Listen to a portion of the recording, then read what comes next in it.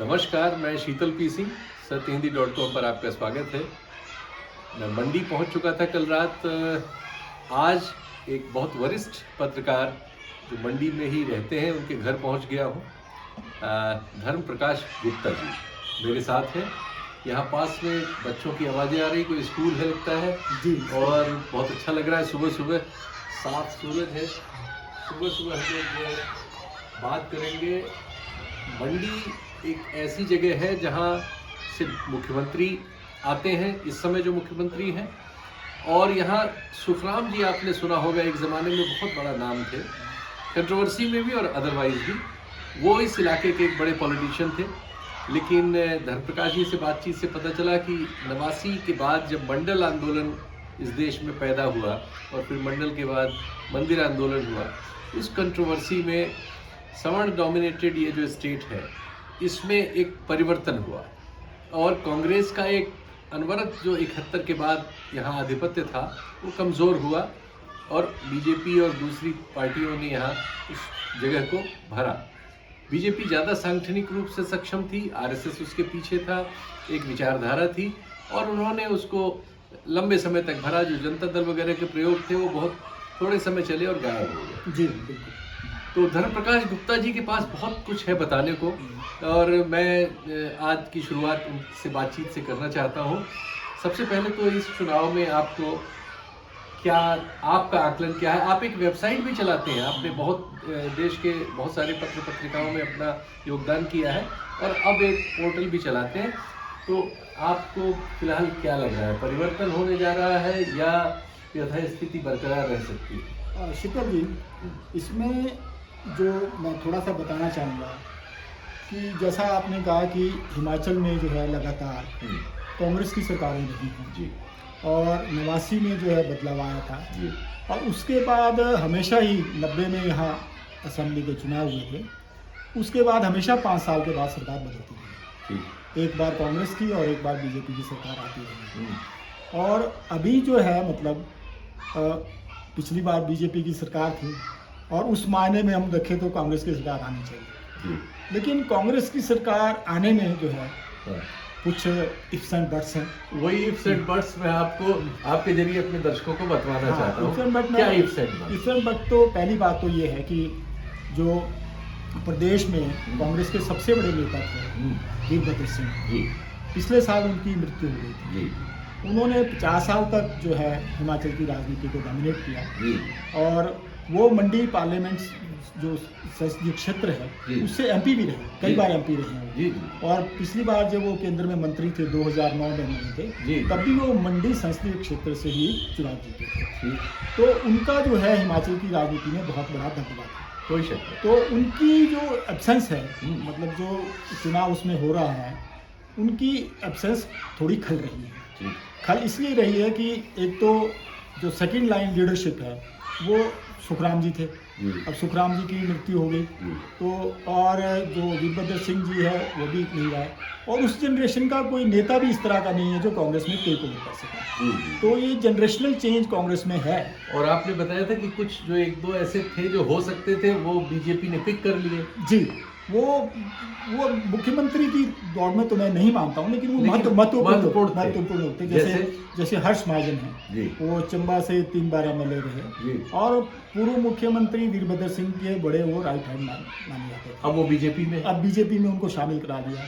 इसी तरह से जो हिमाचल के वो सोलन के एमएलए जो है, नहीं, लखविंदर राणा नालागढ़ से जो एमएलए थे जी, वो भी जो है वो बीजेपी में शामिल करा दिया। हाँ। और पवन काजल वो पहले इंडिपेंडेंट जीते थे लेकिन पिछली बार वो कांग्रेस में शामिल हो गए थे। जी, और कांग्रेस ने जो पिछले दिनों 4 वर्किंग प्रेसिडेंट बनाए थे उनमें से एक पवन काजल हाँ। और एक हर्ष महाजन भी थे जो 4 बनाए उसमें से 2 बीजेपी में चले गए।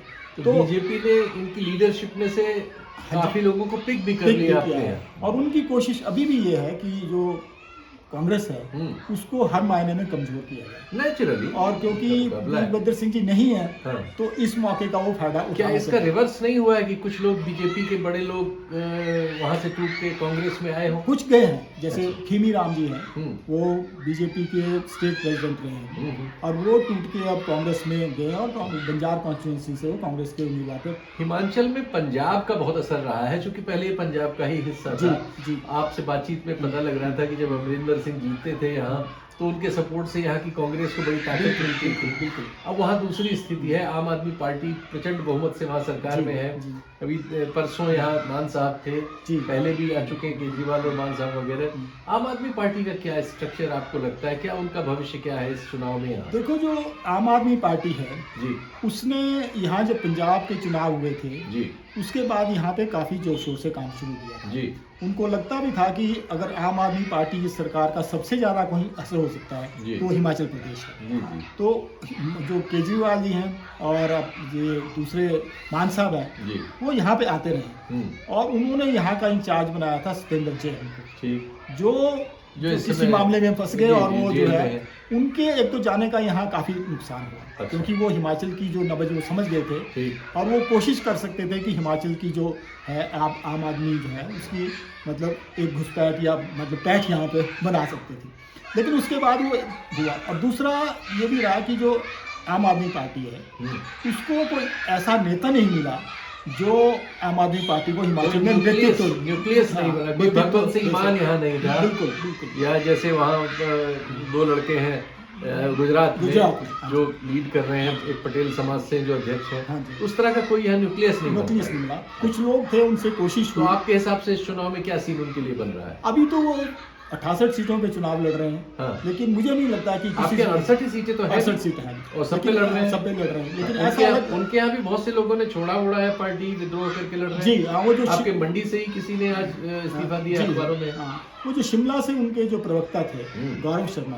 वो काफी एक्टिव थे जी। और वो उम्मीद कर रहे थे कि शिमला से उनको टिकट मिलेगा, जी। लेकिन उनको शिमला से टिकट नहीं मिला। जी। तो अब वो इंडिपेंडेंट वहाँ से हाँ, लड़ उनसे रहे हैं। मेरी कल बात हुई है फोन पर, और वो क्लिप मैं आपको आज कार्यक्रम में सुनवाऊंगा वो क्या कह रहे हैं। हाँ जी। इसके पहले आम आदमी पार्टी में थे ना? जी सर, जी सर, जी सर। हाँ, किस पद पे थे?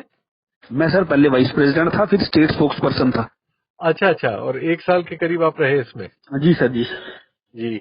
तो फिर क्या वजह हुई कि आप बागी बने? सर हमने पार्टी खड़ी, हमने ही सारा तामझाम किया, हम्म। पार्टी को हाइप ही हमने दिया, लेकिन एट ऑफ द एंड अध्यक्ष और एक राजन है वो पैसे खा के हमारी टिकट बदल गया। टिकट हमारी अनाउंस हो चुकी थी ऑलरेडी। अध्यक्ष कहाँ का अध्यक्ष? प्रदेश का? देश का? प्रदेश का, प्रदेश का, प्रदेश का। क्या नाम है? सुरजीत ठाकुर। सुरजीत ठाकुर। और राजन किस पद पे? राजन ये दिल्ली से है लड़का, ये पेड था आम आदमी पार्टी का, पेड एम्प्लॉय था ये हिमाचल में जो देख रहा था दिल्ली से। अच्छा तो इन्होंने मैक्सिमम लोग पेड ही लगा रखे थे। अच्छा अच्छा, तो इन दोनों ने आपका टिकट काट दिया, आपका कहना है? हाँ, नहीं कहना नहीं है, यही हुआ। सबने फिर सबको पता चल गया, हाँ। एक्सपोज हो गए सारे जितने पदाधिकारी थे, तो सबने रिजाइन कर दिया। अच्छा। वो सारे all are with me now. और जो उससे पहले पिछला अनुभव क्या है कि जो आम आदमी पार्टी है उसने यहाँ 2019 के तो चुनाव नहीं लड़े, लेकिन उससे पहले जो 2014, 2009 या 14 के चुनाव थे उसमें अपने कैंडिडेट फील किए थे। ठीक है। और उन्होंने जो हमीरपुर कॉन्स्टिट्यूंसी है वहाँ से विक्रम बत्रा जो शहीद है उनकी माता जी को वहाँ से फील किया था, लेकिन उसका भी कोई इम्पैक्ट नहीं हुआ। अब वो विक्रम बत्रा का परिवार इनके साथ है या नहीं, वो निष्क्रिय? अब मेरे ख्याल में निष्क्रिय है। निष्क्रिय। तो अच्छा। आम आदमी पार्टी का एक, वही एक छोटा सा यहाँ पे सिंबॉलिक कह सकते हैं, लेकिन उनकी उपस्थिति है, वो लेफ्ट पार्टीज में सीपीएम के एक एमएलए यहाँ है। जी हाँ। और वो यहाँ स्टूडेंट फेडरेशन के ऑर्गेनाइजेशन के जरिए हिमाचल प्रदेश यूनिवर्सिटी में काफी एक्टिव रहा करते हैं, कुछ कर्मचारियों के आंदोलनों वगैरह में। बिल्कुल बिल्कुल। तो वो क्या अपनी एक सीट उनके पास रह जाएगी? क्या उनका सीट क्या? ऐसी उम्मीद है कि जो ठोग में कॉम्बिनेशन बन रहा है उसमें एक तो जो पीसीसी के पूर्व प्रेसिडेंट है कुलदीप राठौर वो चुनाव लड़ रहे हैं, वो पहली बार चुनाव लड़ रहे हैं। और दूसरी तरफ जो बीजेपी है, बीजेपी के वहाँ पे एक पॉपुलर लीडर थे राकेश वर्मा, वो 3 बार वहाँ से एमएलए रहे, एक बार इंडिपेंडेंट और 2 बार बीजेपी से। तो उनकी भी पिछले दिनों मृत्यु हो गई थी। तो उनकी जो वाइफ है इंदू वर्मा, वो कांग्रेस ज्वाइन उन्होंने कर ली। आप सीपीएम में कितने सालों से? Interesting question. 1991 के बाद आप लगा यहाँ स्टूडेंट्स यूनियन में भी थे आप? स्टूडेंट मूवमेंट में भी था जी। मैं अच्छा के कॉलेज का वाइस प्रेसिडेंट हूँ। अच्छा अच्छा। फिर यहाँ पर इससे पहले जॉइंट सेक्रेटरी थी। 1991 से आप कह सकते हैं कि मैं विद्यार्थी आंदोलन से जुड़ा। अच्छा अच्छा। इस इलेक्शन में मेन इशू क्या लग रहा है आपको? स्टेट में या शिमला में? पहले तो स्टेट में फिर शिमला में। मुझे लग रहा है मेन इशू तो ये है, अगर आप थोड़ा हिमाचल की बनावट देखेंगे तो हिमाचल की बनावट बहुत ही क्लासिकल फॉर्म में है। हिमाचल बहुत ही गरीब स्टेट था और यहाँ पर जो डेवलपमेंट का मॉडल अपनाया गया खासकर डॉक्टर परमार द्वारा, वो ये था जिसमें हम अंग्रेजी में कहते हैं स्टेट इंड्यूस्ड डेवलपमेंट। मतलब प्राइवेट कैपिटल कुछ था नहीं, तो राज्य ने ही सारा इन्वेस्टमेंट किया। और राज्य के इन्वेस्टमेंट आप समझ सकते हैं कि किस तरह से हुआ। सेंटर से स्पेशल कैटेगरी स्टेटस हुआ।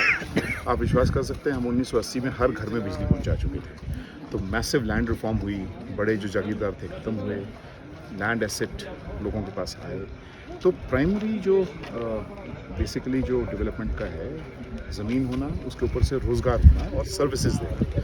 हर गांव में स्कूल, कॉलेज और स्कूल और प्राइमरी हेल्थ सेंटर खोला गया। बिजली 1980 में दी गई। बिल्कुल। तो मैं इसलिए बोल रहा हूँ कि मेन इशू ये है कि 90 के बाद से ये पूरा पलट गया, जिसको हम नव उदारवाद कहते हैं और जिसमें fiscal responsibility budgetary management act है। मैं इसलिए आपको समझा रहा हूँ 1985 के बाद से कोई सरकार रिपीट नहीं हो पाई है, कोई भी नहीं।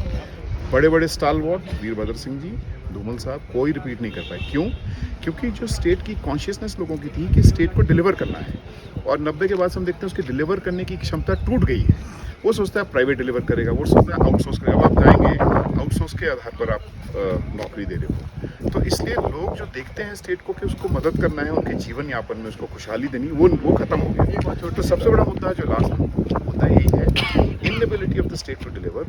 पूरा 5 साल ये राज्य में कुछ काम नहीं हुआ है और पेंशन जो है वो बहुत बड़ा मुद्दा उठ करता है।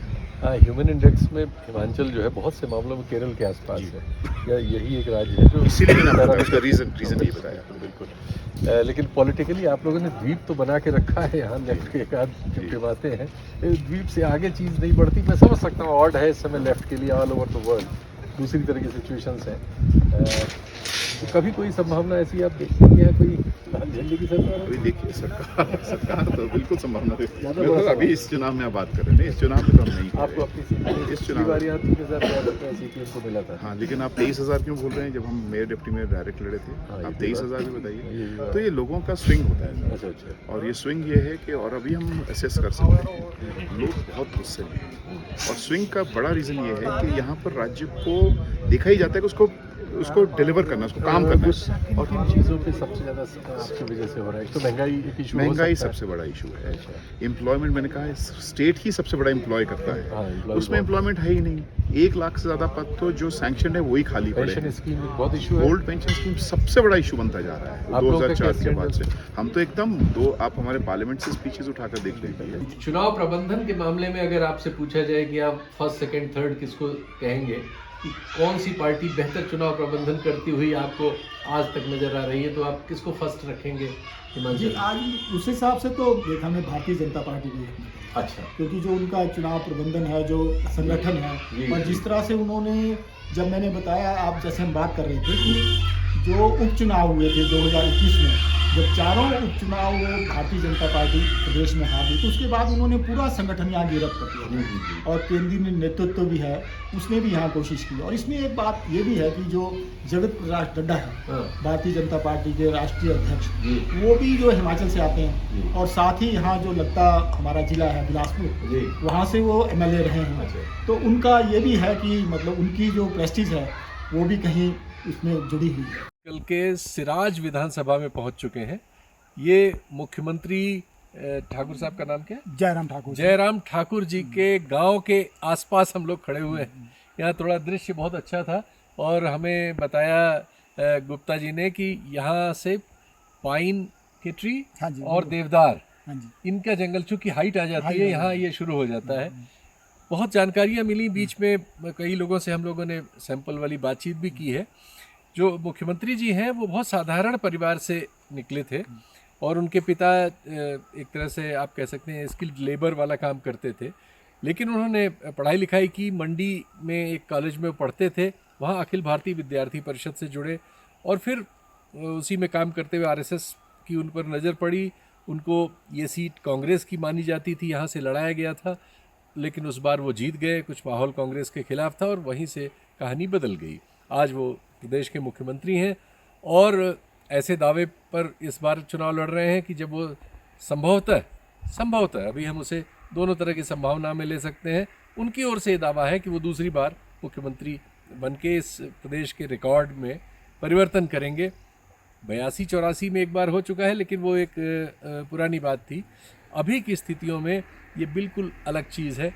तो फिलहाल हमारे पास जो सैंपल्स आए और जो हम लोगों ने रास्ते भर लोगों से बातचीत की और कुछ आपस में भी समझने की कोशिश की, उससे थोड़ा आपको भी और थोड़ा मुझको भी नए तरह का कॉन्फिडेंस मिला है। ये तो लग रहा है कि इस सीट से मुख्यमंत्री के लिए कोई बहुत कठिनाई नहीं है। जी बिल्कुल, मैं इस आपकी बात से सहमत हूँ कि मुख्यमंत्री के जैसे बातचीत में भी आपको लगा कोई भी किसी ने भी उन्होंने जो है उनके खिलाफ बात नहीं की। नहीं कि एक भी सैंपल ऐसा नहीं मिला था। जी और ये लग रहा है कि मुख्यमंत्री तो यहाँ अच्छे मार्जिन से जीतेंगे जी। और उसके असर से आसपास की सीटों पर भी कुछ फर्क पड़ सकता है। बिल्कुल पड़ सकता है। जैसे हालांकि तुरंत वाली सीट में एक दिक्कत है कि एक विद्रोही खड़े हैं और कल शाम इस बात का फैसला होगा कि वो विड्रॉ करते हैं कि नहीं करते। जी। तो अब ओवरऑल आपको हम लोगों की आज के 2-3 घंटे की यात्रा, कुछ सैंपल्स के बाद, कुछ जो पहले से आपकी स्थापनाएं हैं, उनमें क्या लग रहा है? अभी हम इसको एक कांटे की लड़ाई मान सकते हैं या कुछ और? नहीं, कांटे की लड़ाई एज दे सकते हैं किसी को? नहीं, कांटे की लड़ाई माननी पड़ेगी। एज नहीं दे सकते थे किसी को। देखिए, ये गुप्ता जी ने अपनी राय में संवर्धन किया है कि हम अब एज नहीं दे सकते। जो देख रहे हैं, लड़ाई कांटे की है। जो अच्छा प्रबंधन कर लेगा, जो अपने नाराज लोगों से उनको जोड़ लेगा और जो चुनाव के आखिरी दिन तक मेहनत करता हुआ मिलेगा, उसके लिए संभावनाएं बढ़ जाएंगी। तो और कुछ आप बताना चाहें? नहीं, बस मैं यही कहना चाहूँगा कि जो कुछ लोगों का ये मानना है कि बीजेपी जो है बहुत पिछड़ रही हिमाचल में, वो आज की बातचीत से और यहाँ आके ऐसा लगता नहीं कि बीजेपी इतनी पिछड़ रही है। इतना नहीं पिछड़ रही। मतलब बीजेपी आखिर तक मुकाबला करेगी और जो चुनाव का निर्णय किसी भी और हो सकता है। मतलब जो बीजेपी की मतलब संभावनाएं और कांग्रेस की संभावनाएं आज की डेट में बिल्कुल बराबर मैं मानता हूँ, मुझे ऐसा लग रहा है। तो मुख्यमंत्री जी के गांव के पड़ोस से हम लोग वापस होंगे अब अपनी दूसरी जगहों के लिए, और जो भी होता रहेगा आप तक पेश करेंगे। नमस्कार। सत्य हिंदी का ऐप डाउनलोड करें गूगल प्ले स्टोर पर।